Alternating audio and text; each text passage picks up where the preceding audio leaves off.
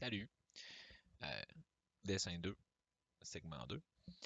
Je vais continuer avec la perspective. Comment donner une bonne perspective? Euh, c'est quand même assez simple dépendamment de l'objet. Une sphère, par exemple, si je veux donner une impression de profondeur, ben, il n'y a pas grand-chose à faire, sur- surtout si j'en mets une par rapport à l'autre. C'est ici, là. J'en mets une autre comme ça, vers l'horizon.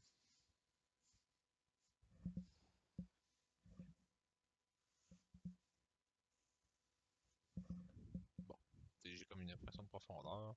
Puis, si je mets de l'ombrage aussi,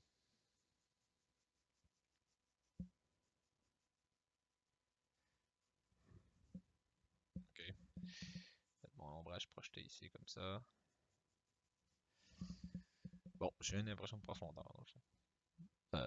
Oui, il y a la répétition, mais j'ai pas vraiment besoin de faire de déformation ou de calculer de perspective sur ces objets-là parce qu'ils sont.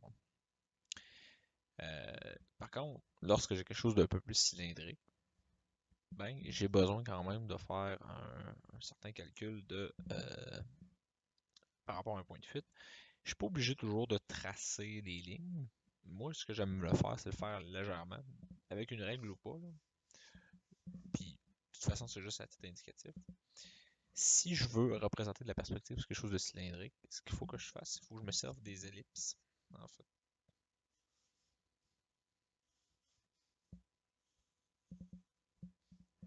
C'est ici.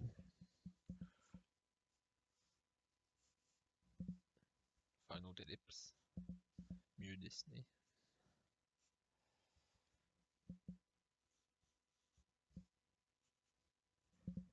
C'est ici. Donc, vous voyez, je me sers de la forme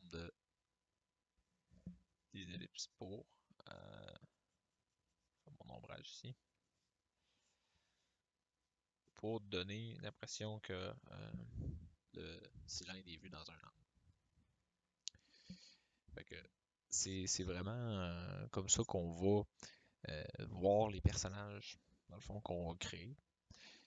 Et puis comment qu'on va leur faire de la perspective. C'est qu'on va se servir des constructions circulaires, puis des constructions cylindriques, pour commencer à faire une espèce de squelette qui va nous servir à faire de la perspective. Puis je vais vous montrer un peu avec juste un personnage avec des géométries de base. Donc, par exemple, j'ai le cercle ici comme ça. Il va faire à peu près la boîte crânienne. J'ai la mâchoire ici.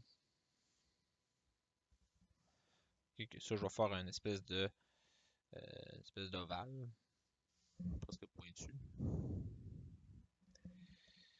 Puis, si, admettons, mon personnage, je veux représenter que son épaule est rapprochée par rapport à ma perspective à moi, ben, je vais faire un cercle qui va être beaucoup plus gros. C'est ici. Puis, je vais faire aussi juste une ligne droite pour le, le coffre, là, le chest. Le cou, c'est un cylindre. Une ellipse pour la base. Puis, le torse, ça va être un cylindre. C'est ici. Donc, l'autre épaule, une sphère. C'est ici. Le bras, un cylindre.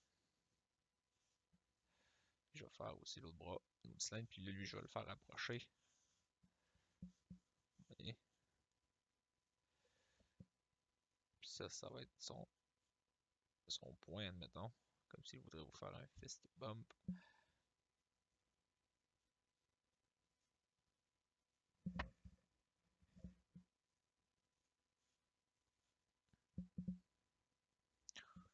Je vais y aller avec des géométries justement pour vous montrer.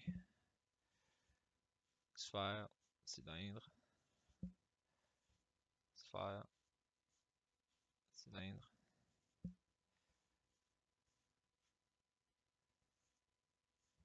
Donc, c'est vraiment un ensemble d'ellipses. C'est sûr, je ne vous demande pas de dessiner ça comme ça tout de suite. Là. On va pratiquer beaucoup Dans le fond, je vais vous driller à dessiner certains cercles associés à certains cylindres pour pratiquer à faire des ellipses puis des perspectives. Alors, vous voyez ici, là, j'ai comme mon point en avant-plan. Comme ça ici. C'est sûr que aussi, vous allez avoir des dessins d'observation à faire au prochain cours. Donc, c'est comme ça que je me sers de ces ellipses-là, puis de ces lignes droites-là, qui obéissent à certaines perspectives, au point de fuite, par exemple. Comme là, justement, si je vais amener ça ici comme ça. Donc,